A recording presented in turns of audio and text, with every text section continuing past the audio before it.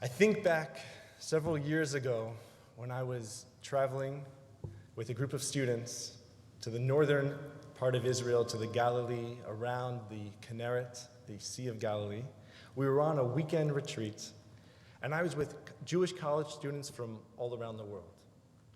France, Russia, Ethiopia, Argentina, and our common language was broken English and some pretty rudimentary Hebrew.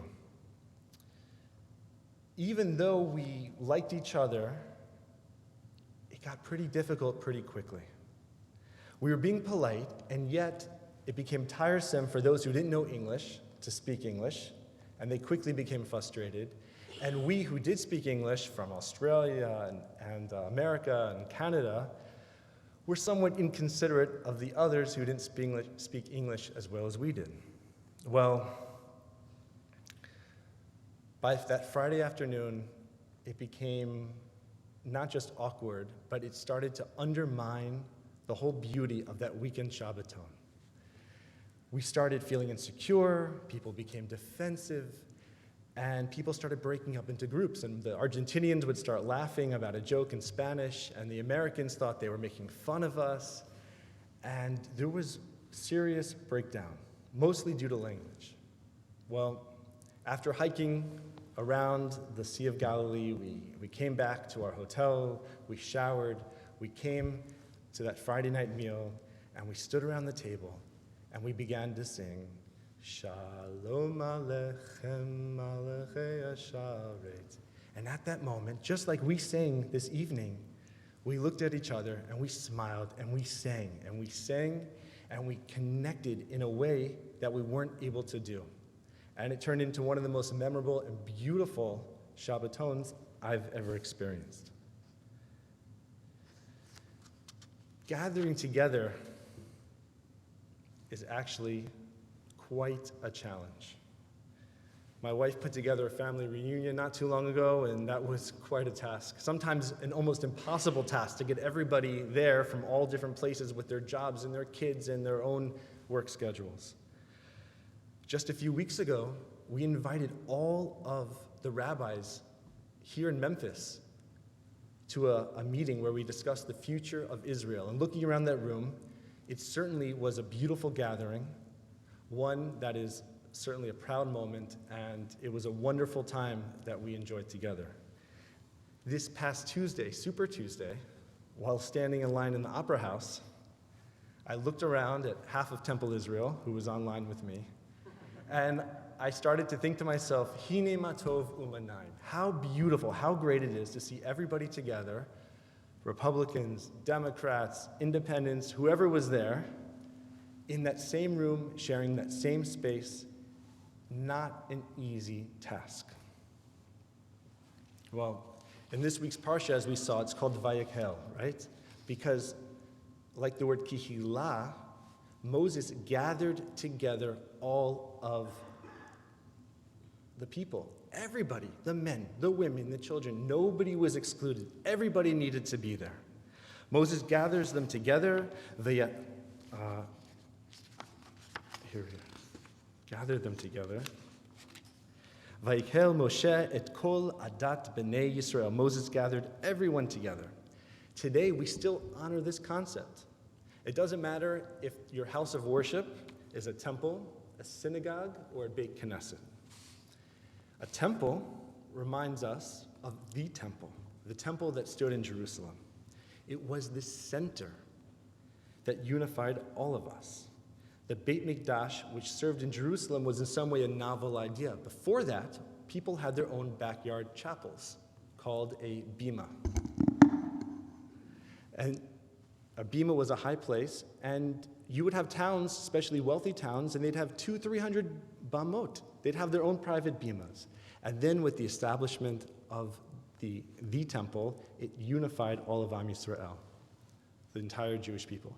Next, the word synagogue in Greek means to bring together. That is what a synagogue does, or at least should do. And finally, if you're in Israel, you go to a Beit Knesset, Beit, home, Knesset of assembly. We understand that to turn a holy place, into a synagogue, first we all have to get together. The place becomes a holy space when there's human interface. So our Parsha, our Torah portion, begins with Moses gathering everybody together, a miracle, but it doesn't stop there. 20 verses later, Moses now says, okay, it's time to go. It's time to go. And the Torah describes this exact moment after they've gathered together. Moses says, V'yetzu kol adat b'nei Israel milifnei Moshe. The entire community now departs from the presence of Moses. You all understand this. When you come back from a profound experience, it should be noticeable. When you come back from Hawaii or Aruba, I want to see that suntan on your face, right? You better be relaxed if you were there for 2 weeks on a cruise, right? When you come back from the gym, it's probably good if you're a little sweaty. That means you did the right thing, and you should be able to see it. You should be able to see the blood flowing through their veins, and they're awake. When you come back from Bagels and Bible at 8:45 every Saturday morning, you should appear exhilarated and inspired. When you come back from spending time with someone like a Moshe Rabbeinu, like a Moses, you surely would and should come back different, energized, and revitalized. The Torah makes note of the fact that when the people left the presence of Moses, they were noticeably different than when they had arrived.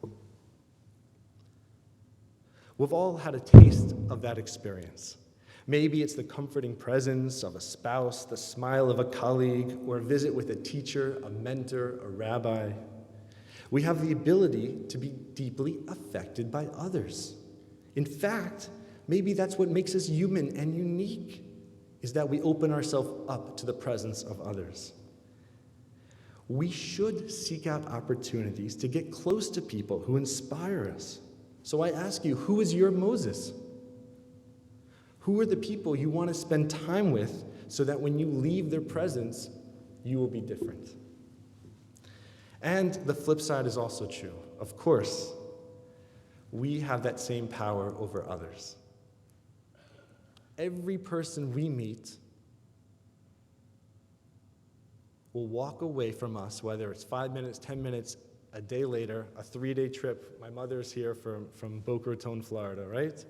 3 days later, everyone's going to say, how was your trip? And hopefully she'll just be smiling, and she'll say, Memphis was fantastic. You got to come and check it out. But every person we meet, we can choose. How do we want them to leave our presence? Are they going to leave more cheerful, more hopeful, more determined, more grounded, more careful, more informed, and hopefully more at peace? So when I say I'm excited for all of us to leave temple this evening, what I mean is that I'm excited for the end of the service to see how we re-engage the world after we have gathered together. How will we interact with our friends, our family, and even the strangers we meet? How have our attitudes changed? Gathering together each Shabbat has tremendous spiritual power. The synergy that happens here when we sing and when we pray together helps us enter into this 24 hours of Shabbat. The only thing that's more powerful than the synergy that happens here is what happens when we take that and we interact with the world, as I've learned. We see here the semicircle here in Temple. This semicircle represents half of the project, right? We begin the project here, and yet the world expands beyond this semicircle, and that's our task. Take that synergy and bring it on forward. The song Shalom Aleichem, which brings us together, also reminds us how to take part or how to take leave of one another. The last stanza, of course, is Seitchem l'shalom malachei hashalom. May you go out towards peace, towards shalom. With that, I pray that tonight we leave different than when we arrived. I hope that anyone who sees us over the next 24 hours, over the weekend, over the next week, will look at you and say, Did you get a haircut, new glasses? You look different. What's different about you? Hey, you must have had a wonderful Shabbat. Shabbat shalom.